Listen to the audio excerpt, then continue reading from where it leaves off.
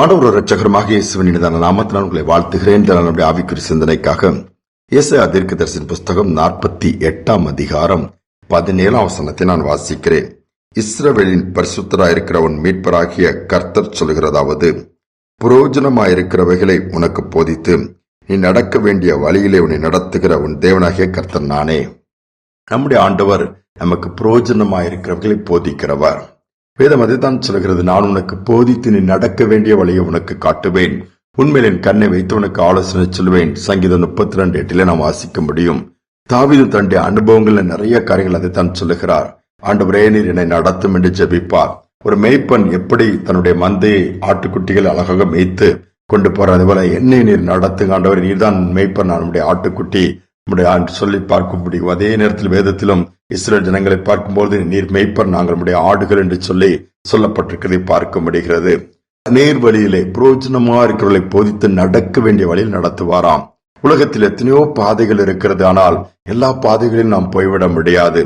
ஆண்டவருடைய பிள்ளைகள் இப்படித்தான் இருக்க வேண்டும், இதைத்தான் செய்ய வேண்டும், இவைகளை செய்யக்கூடாது, சட்ட திட்டங்களை கர்த்தர் வைத்திருக்கிறார். அந்த வார்த்தைகளின்படி நாம் கீழ்ப்படியும் பொழுதுதான் பரலோக ராஜ்யத்தின் ஆசீர்வாதங்களை நாம் பெற்றுக்கொள்ள முடியும். இல்லை, எப்படி வேண்டாலும் வாழலாம், எனக்கு சுதந்திரம் இருக்கிறது, எனக்கு உரிமை இருக்கிறது. இன்றைய தலைமுறைகள் அப்படித்தான் சொல்லுகிறார்கள். இல்லை, இன்னைக்கு கற்றுக் கொடுக்க வேண்டிய காரியங்கள், ஒழுக்க நெறிமுறைகள் எல்லாம் குறைந்து விட்டது. கொஞ்ச காலங்களுக்கு முன்பாக பள்ளிக்கூடங்கள் எல்லாம் மாரல் கிளாஸ் கேட்டிசம் சொல்லுவாங்க, நன்னெறி நடத்தை ஒழுக்க கதைகள் எல்லாம் இருக்கும். இந்த அவைகள் எல்லாம் குறைந்து இன்னும் அதிகமாய் படிக்க வேண்டும் என்று சொல்லி ஒவ்வொரு பாடங்களுக்கும் டியூஷன், இன்னும் நிறைய பெர்சன்டேஜ் மார்க் வாங்க வேண்டும் என்று அதிலே சாதிக்கிறார்கள். இல்லை என்று சொல்லவில்லை, ஆனால் அறிவு பெருகிவிடுகிறது, ஞானம் இல்லாமல் போய்விடுகிறது. நாம் அநேக நேரம் நம்முடைய பிள்ளைகளுக்கு அப்படித்தான் பண்ணிவிடுகிறோம். அவ்வளவு அறியிருந்தும் முட்டாள்தனமாய் முடிவெடுத்து சூசைட் பண்ணிட்டேன் சொல்லுகிற குடும்பங்களையும் சமுதாயத்தில் வருகிற செய்திகளையும் பார்க்க முடிகிறது. ஆண்டவர் என்ன சொல்கிறார்? நடக்க வேண்டிய வழியில நடத்துவாராம், புரோஜனமா இருக்கிறவர்களை போதிப்பாராம், நமக்கென்று சட்ட திட்டங்களை வைத்திருக்கிறார். அதன்படி நடக்கும் பொழுது இம்மையிலும் ஆசீர்வாதம், பூமிக்குரிய ஓட்டம் முடிந்த பிறகு மறுமையில் ஆண்டவரோடு வாழ்கிற பாக்கியத்தை நாம் பெற்றுக்கொள்ள முடியும். ஒரு காரியத்தை நான் வாசித்தேன், எனக்கு அது ரொம்ப ஆச்சரியமாக இருந்தது. மெடிக்கல் படிக்கிறவங்க மெடிக்கல் ரீதியான புத்தகங்களை, மருந்து மற்ற காரியங்கள், ட்ரீட்மெண்ட் காரியங்கள் படிப்பாங்க. சிவில் இன்ஜினியர்ஸ் எப்படி வீடுகளை எந்த மாதிரி இதுல எவ்வளவு பலத்த அந்த அயன் ராட் தாங்க எப்படி பாலாம் வைக்க வேண்டும், எப்படி மிக்சிங் எல்லாம், அதுக்குரிய காரியங்கள், அதுக்குரிய டிராயிங் எப்படி போடணும் எல்லாம் இருக்கும். சட்டம் படிக்கிறவர்கள் சட்டத்திற்கான ஒரு புத்தகம் இருக்கும். அதை படித்து எப்படிப்பட்ட காரியங்களுக்கு எப்படிப்பட்ட சட்டங்கள் இருக்கிறது என்பதை தெரிந்து கொண்டு அதன்படிதான் அவர்கள் வாதாடுவார்கள்.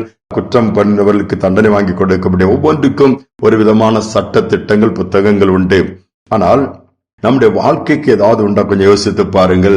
வாழ்க்கைக்கென்று வைத்திருக்கிற வாழ்க்கை புத்தகம் இருக்கு, அதுதான் பரிசுத்த வேதாகமம். அதுல என்ன செய்ய வேண்டும், மனிதர்கள் எதை செய்யக்கூடாது, எப்படி பூமியில வாழ வேண்டும், எப்படி வாழக்கூடாது, எப்படி வாழ்ந்தால் அதனுடைய முடிவு என்ன என்பதை கூட தெளிவாக சொல்லப்பட்டிருக்கிறது. அதன்படி வாழும் பொழுது நிச்சயமாகவே நம்முடைய வாழ்க்கையின் முடிவும் ஆசீர்வாதமாக இருக்கும். அநேக நேரத்தில் அதை நாம் அறியாமல் அதுக்கு முக்கியத்துவம் கொடுக்காமல் நாம் போய்விடுகிறோம்.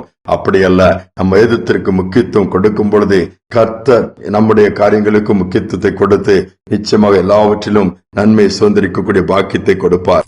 ஒரு நடந்த சம்பவத்தை நான் வாசித்தேன். இலங்கை தேசத்திலிருந்து ஒரு வாலிபன் பிரான்ஸ் தேசத்துக்கு போறான். யுத்த நாட்களிலே, அந்த காலங்களிலே இங்கிருந்து அங்கு குடிபெயர்ந்து விட்டான். ஒரு நாள் நல்ல சைக்கிளை வாங்கி அவன் ரோட்டிலே போய் கொண்டிருக்கிறான். அதுல டிராக், ஒவ்வொருக்கும் ஒவ்வொரு பாதை, கார் போவதற்கு, பஸ் போவதற்கு, டூ வீலர் போவதற்கு, சைக்கிள் போவதற்கு அதற்கென்று டிராக் போட்டு வைத்திருப்பார்கள். ஒன்றுமே தெரியாது, சட்டத்திட்டங்கள் தெரியாததுனாலே அவர் இஷ்டத்துக்கு ஜாலியா அழகா அந்த சைக்கிளை ஓட்டும் பொழுது ஒரு குறிப்பிட்ட ஒரு ஒயிட் கலர் 4 வீலர் போகும்போது அது கை காமிச்சது. இவர் யாரோ தெரிஞ்சவங்க நினைச்சு இவரு கை காமிச்சிருக்கிறாரு. கார் நிப்பாட்டி அவரை பிடிச்சிட்டாங்க. பிடிச்சு, அப்ப அந்த உனக்கு சைக்கிளுக்குன்னு ஒரு டிராக் போட்டிருக்குது, இதுபடிதான் நீ போனோம், நீ மாறி போனா விபத்துகளை சந்திக்க நேரிடும், சட்டப்படி இந்த தேசத்துல அது குற்றம். உன் தேசம் எப்படியோ எங்களுக்கு தெரியாது, ஆனா எங்கள் தேசத்தில் இதுதான், இப்படிதான் நடக்க வேண்டும் என்று சொல்லி அவருக்கு அட்வைஸ் கொடுத்து எச்சரித்து அனுப்பிவிட்டார்கள். ஏனென்றால் அந்த தேசத்துக்கு அந்த வாலிபன் புதிது. ஆனாலும் திருப்பி அவன் கற்றுக் கொடுக்கிறார்கள், கற்றுக்கொள்ள வேண்டும் என்று எதிர்பார்க்கிறார். இல்லாவிட்டால் தண்டனைக்குள்ளாவாய்.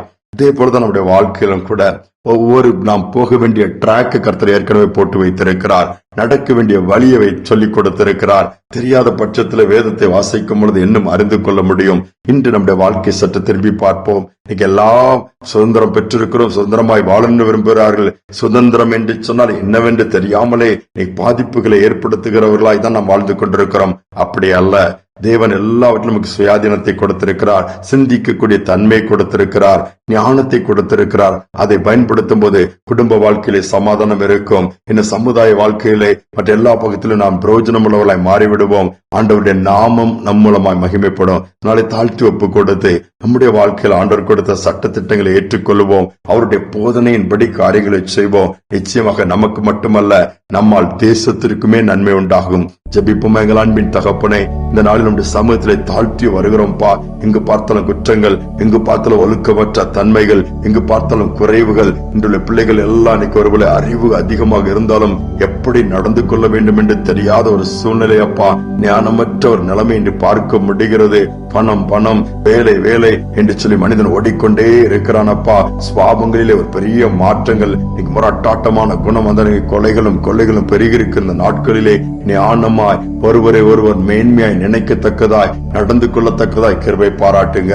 சோர்ந்து போன பிள்ளைகளுக்கு இன்னைக்கு ஒரு தெளிவை கொடுத்து தைரியத்தை கொடுத்து மீண்டுமா உங்களுடைய அன்புக்கு நேராக திரும்பி உண்மை உயர்த்த உதவி செய்வீராக. தாழ்த்து ஒப்புக் கொடுக்கிறேன். துதிகான மகிமை ஏற்றுக்கொள்ளும் இயேசுவின் நாமத்தில் பிதாவே, ஆமேன் ஆமேன். பிரயோஜனமா இருக்கிறவர்களை போதிக்கிற தேவன் நமக்குண்டு.